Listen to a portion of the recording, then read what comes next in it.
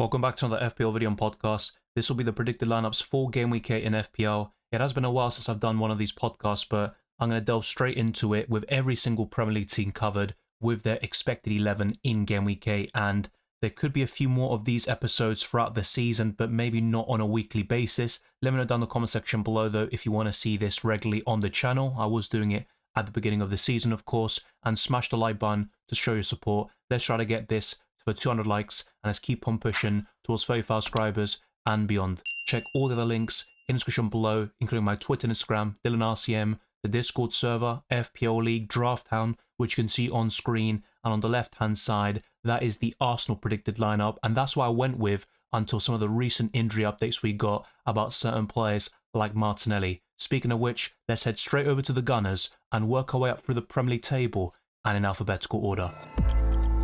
There have been some key changes to the fixture difficulty rating on the FPL website, so Bournemouth is now classed as a grey fixture, so it's free in the scale of 1 to 5 on the FDR. But I've gone for David Raya in goal. Jurriën Timber remains an injury doubt, but he is also in my predicted lineup at right back. Calafiori on the left, with Saliba and Gabriel ever present in central defence. A midfield three of Partey, Declan Rice and Merino, and a front three of Saka, Havertz and Trossard. But Arsenal have up to 10 injury doubts, and Neto, the Bournemouth goalkeeper on loan, is ineligible to play in this match, so he is also ruled out completely. And Martin Odegaard is still some way away from returning for the Gunners, so you wouldn't expect him to feature anytime soon. As for Gabriel Martinelli, there were reports from a few days ago, and that was according to the Brazilian national team, that he has some issues with his tendon, and they're going to do some scans to determine how severe that injury is. But there is a chance he doesn't start against Bournemouth. He might make the bench, and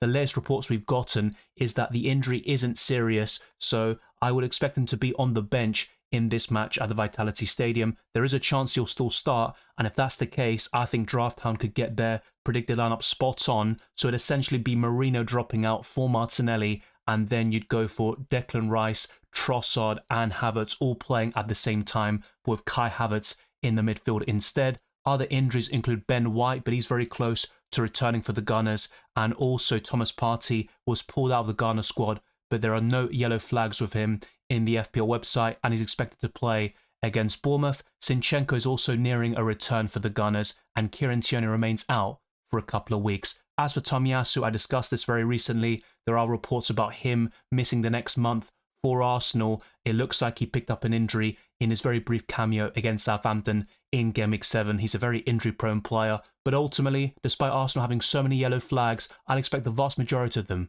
to play against Bournemouth.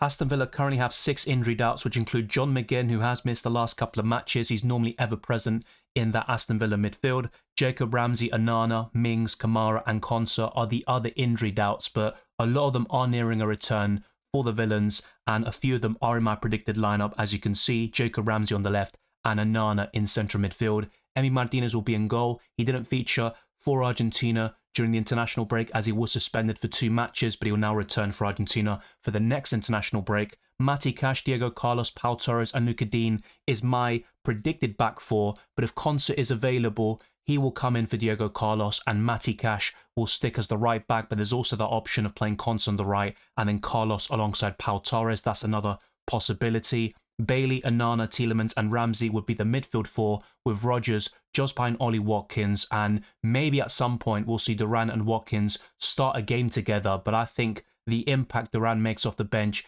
is crucial, and I don't see that changing for the time being. The next 4 fixtures look quite tough for Aston Villa on the fixture difficulty rating. Even Fulham away isn't the easiest, and then you've got 2 visits to Tottenham and Liverpool. But Aston Villa got a win at the Tottenham Hotspur Stadium last season, and they've also been one of the best teams in the last year.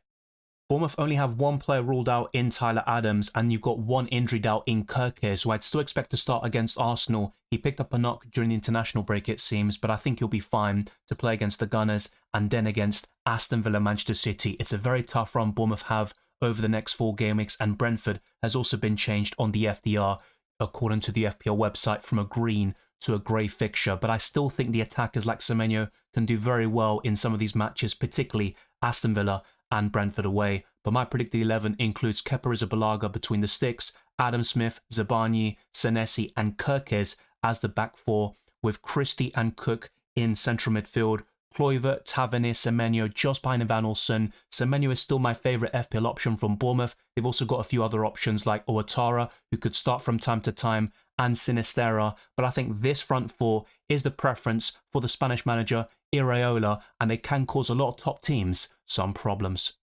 Brentford have the fixtures and some good FPL options to boot, especially in Mbeumo, who for me is by far the standout on penalties, great underlying stats, and he's been so consistent up until this point, and I really back him to have a great season, getting double digits in goals and potentially a couple assists along the way, and many FPL points should he stay fit. And Wissa's another one that's been so impressive until that injury, but there is a positive update about him by Thomas Frank in the press conference on Thursday afternoon, and he said, Wissa is training on the grass, which is positive. I just need to find out if it is too soon to involve him or not. So it looks like by game week 9 or 10, we could see Wissa starting, and he would be a great option as your third forward and potentially starting week in, week out. He could even be your second striker, so to speak. Despite being so cheap, he offers that consistency and the bonus points potential. So Wissa and Mbeumo would be my favourites. But for the time being, against Man United away in game week 8, it will be Flecken in goal, Vandenberg, Collins, Pinnock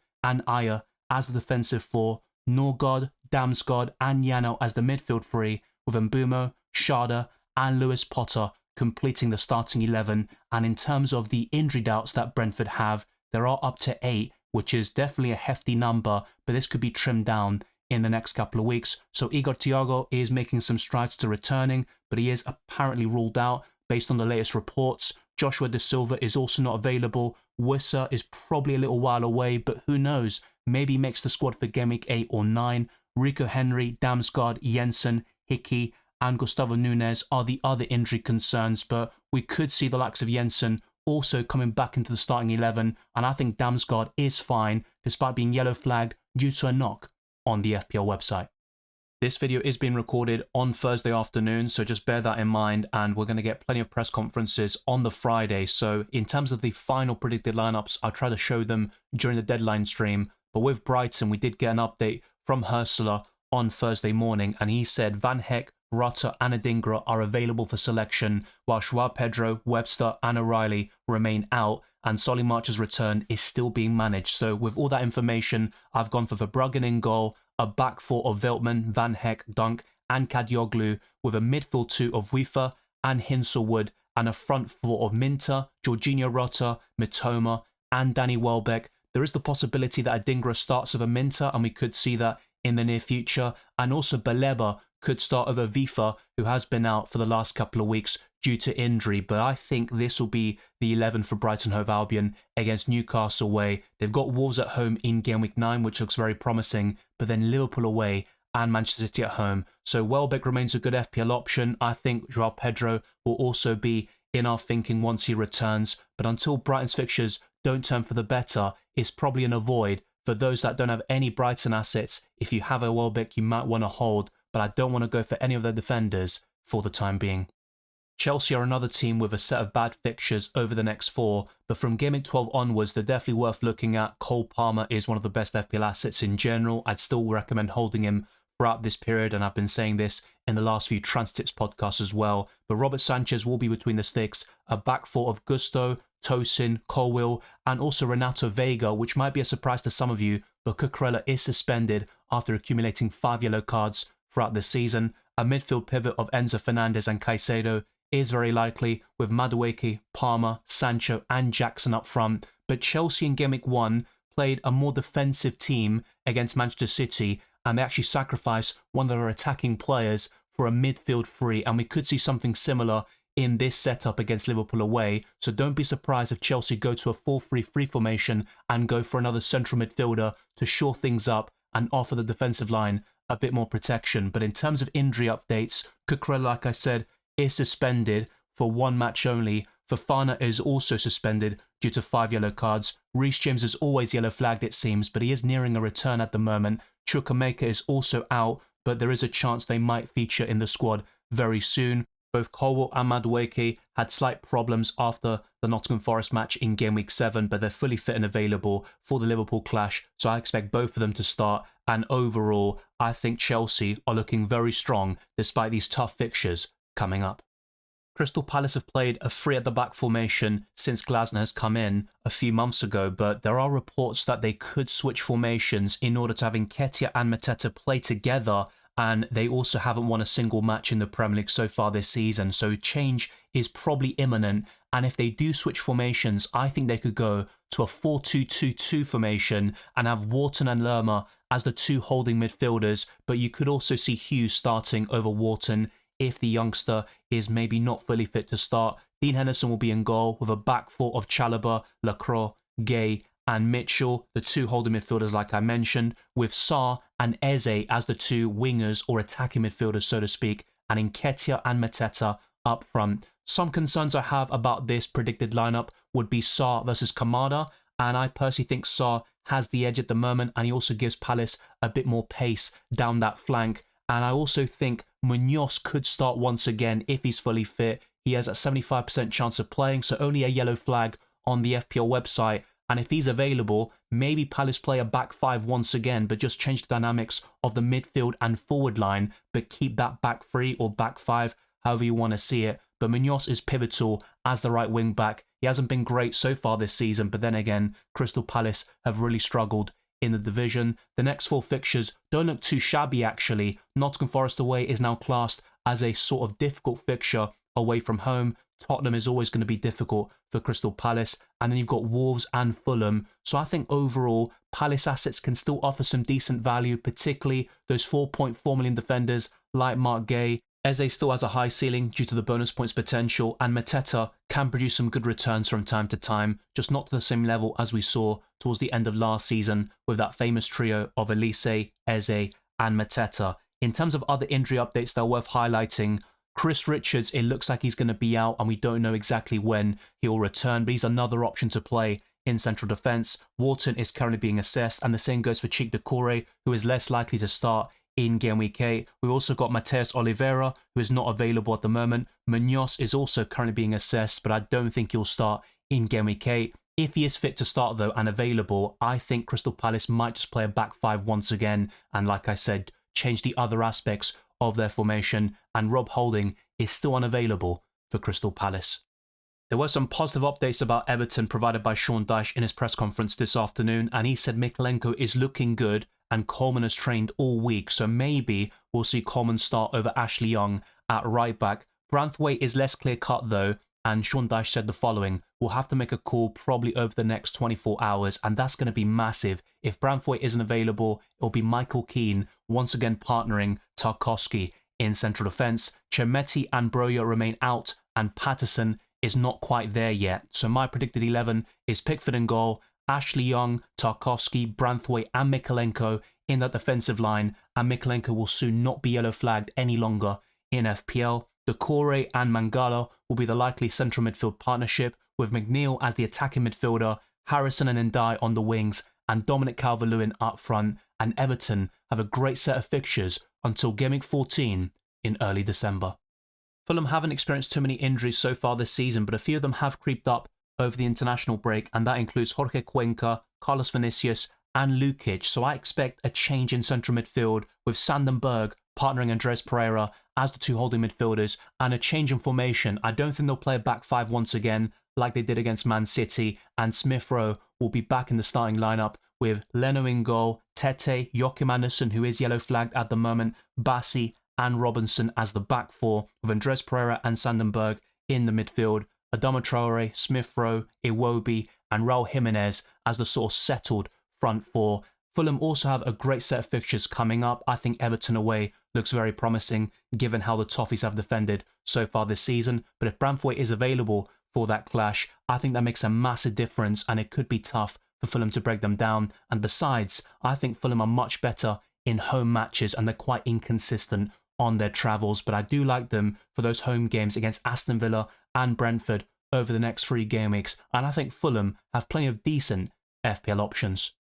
Ipswich Town currently have 6 injury doubts, which include Broadhead, Gajuste, Donasian, Twanzebe, Al-Hamadi and Luongo, who is yellow flagged in FPL, and that's why I've gone for a central midfield partnership of Morsey and Phillips, which has been quite settled in the last couple of game weeks anyway. Muric in goal, and a back four of Johnson, O'Shea, Greaves and Davis, and a front four of Burns, Hutchinson, Schmodix, and Delap. But we could see Jack Clark start on the left-hand side once again. That's my only real doubt with this starting 11. And Ipswich Town still have a good run of fixtures coming up, which includes Everton at home, Brentford away, and Leicester at home. So I still like the likes of Delap. Davis is also looking very promising for a budget defender in terms of his creativity, and he can get some bonus points from time to time. And you can also find some good value with the 4 to 4.1 million defenders like Jacob Greaves, who is currently in my own setup.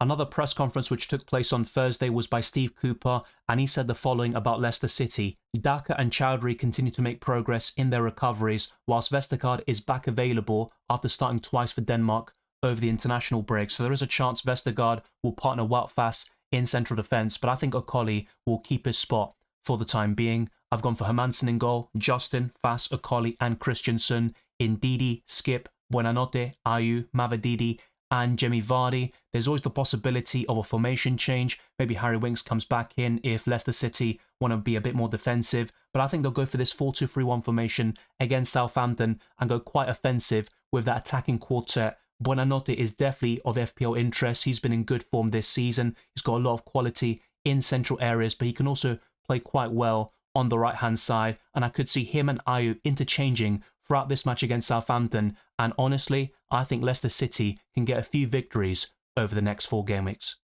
It's always difficult to make a predicted lineup, especially after an international break, and some of these players who had large travel distances or played a lot of minutes for their country, like Luis Diaz, might be a concern to start against Chelsea at home. But I personally think Liverpool will go for the strongest team available, and if they were to rotate, it will happen in the Champions League with a easier fixture, so to speak, against Red Bull Leipzig away from home, which isn't going to be easy by any stretch of the imagination, but Chelsea are in good form at the moment, and Liverpool will want to stamp their authority on that match. Kelleher will replace the injured Alisson, who is out until the next international break in November.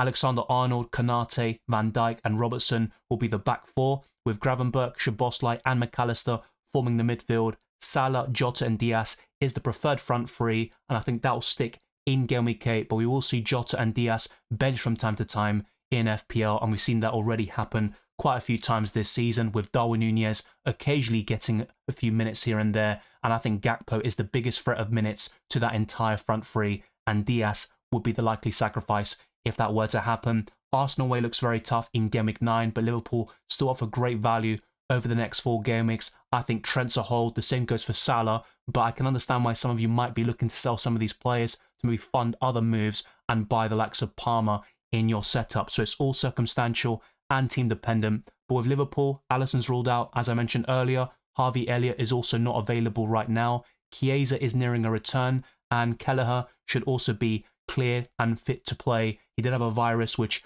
actually prevented him from starting or playing against Crystal Palace once Alisson came off injured. So it was the third choice goalkeeper who made his debut for Liverpool, but Kelleher will almost certainly come in for the injured Alisson in Game Week 8.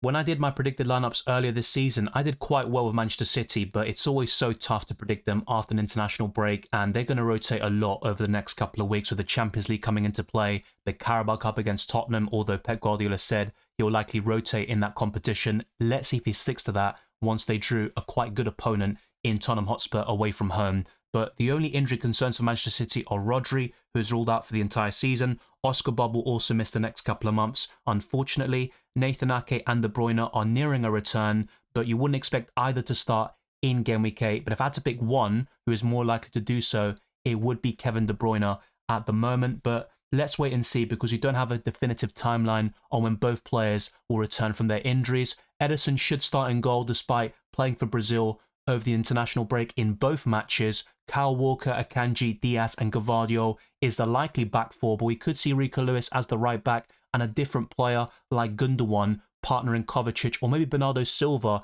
and you'll see Doku and Grealish on the wings. That's my biggest concern with this predicted lineup, but I've gone for Rico Lewis alongside Kovacic, so Lewis is essentially the sort of Rodri replacement here. Bernardo Silva, Foden and Doku just behind Erling Haaland, and Man City have a great fixture run over the next 4 game weeks, and even beyond that against Tottenham at home, you could see the likes of Erling Haaland doing very well.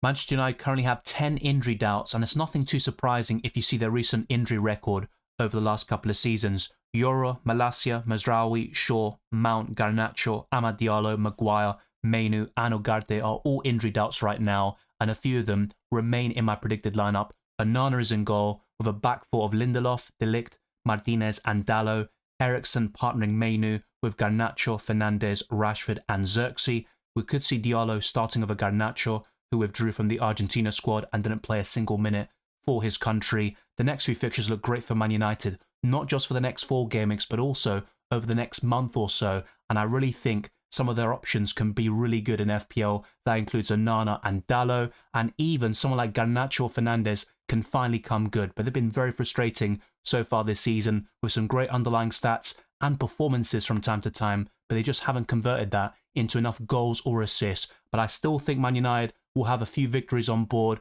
and Ten Hag will remain in the job for the time being, but the clock is ticking in the long term for the Dutch manager.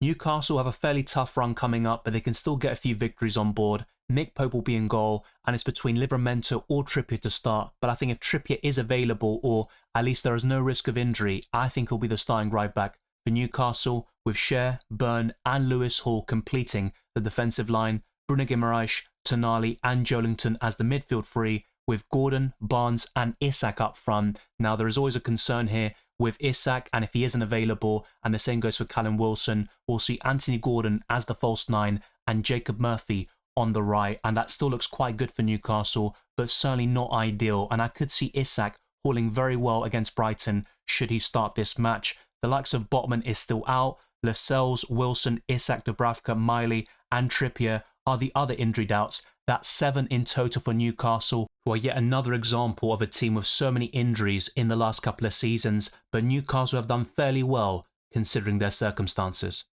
Nottingham Forest have a good run of fixtures after an impressive start to this season. They have some of the best defensive stats in the Premier League, and they're also very tough to beat, even in these really difficult away games like Liverpool and Chelsea. They've come through both matches unscathed with a win and a draw. I mean, to win at Anfield is very impressive considering the fact that Liverpool are top of the Premier League table. Sells is an injury doubt and he withdrew from the Belgian squad very recently, but I still expect him to start against Crystal Palace at home. Aina, Milenkovic, Murillo and Alex Moreno is a fairly settled defensive line with Yates and Dominguez as the 2 holding midfielders. James Ward-Prowse is suspended after getting a red card against Chelsea, so I think Nottingham Forest will change things up a little bit in this position. We could see Anderson starting alongside Yates and then Alanga and Hudson-Odoi as the wingers. That's kind of the logical explanation, or the team he'd want to go for, but Nuno Espirito Santo seems to like having one of Alanga or Hudson-Odoi on the bench to make an impact as a substitute, and I think he'll do something similar this time round, but I do recognise there is the possibility I'm wrong and Anderson will start in central defence, but I've gone for him on the left with Gibbs White in the attacking midfield position, Hudson-Odoi on the right and Chris Wood down the middle. He has been a phenomenal FPL asset so far this season with the bonus points, getting those crucial goals for Nottingham Forest, which helps them get victories or draws on the board, and I could see Forest continuing their rich vein of form with a few more victories and possibly an unbeaten run over the next 4 game weeks. Southampton played a 5-4-1 formation against Arsenal, and we could see this formation stick in the long term, but you might expect a few changes against the likes of Leicester, Everton and Wolves over the next 4 game weeks, but Man City away, this 5-4-1 is probably going to stick, or at least something to this degree. Ramsdale in goal with Sugawara, Harwood, Bellis, Bednarek, Walker-Peters and Manning is the likely back 5, but we could also see Charlie Taylor starting as the left wing back, or Walker-Peters once Stevens returns from a suspension, and then we'll see a bit of a change to what we saw earlier in the campaign. Dibbling is currently yellow flagged, but he should be okay to start against Leicester City. Aribo, Downs and Fernandes will complete the midfield with Cameron Archer as the sole striker, and we did get some updates from Russell Martin. So Ross Stewart's hamstring injury is not serious and he won't miss a huge amount of games, but he'll of course miss game week 8. Smallbone and Sulemana are available, while Stevens and Basnu remain out, and as I just mentioned, Stevens is currently suspended, but he'll be back on the 26th of October.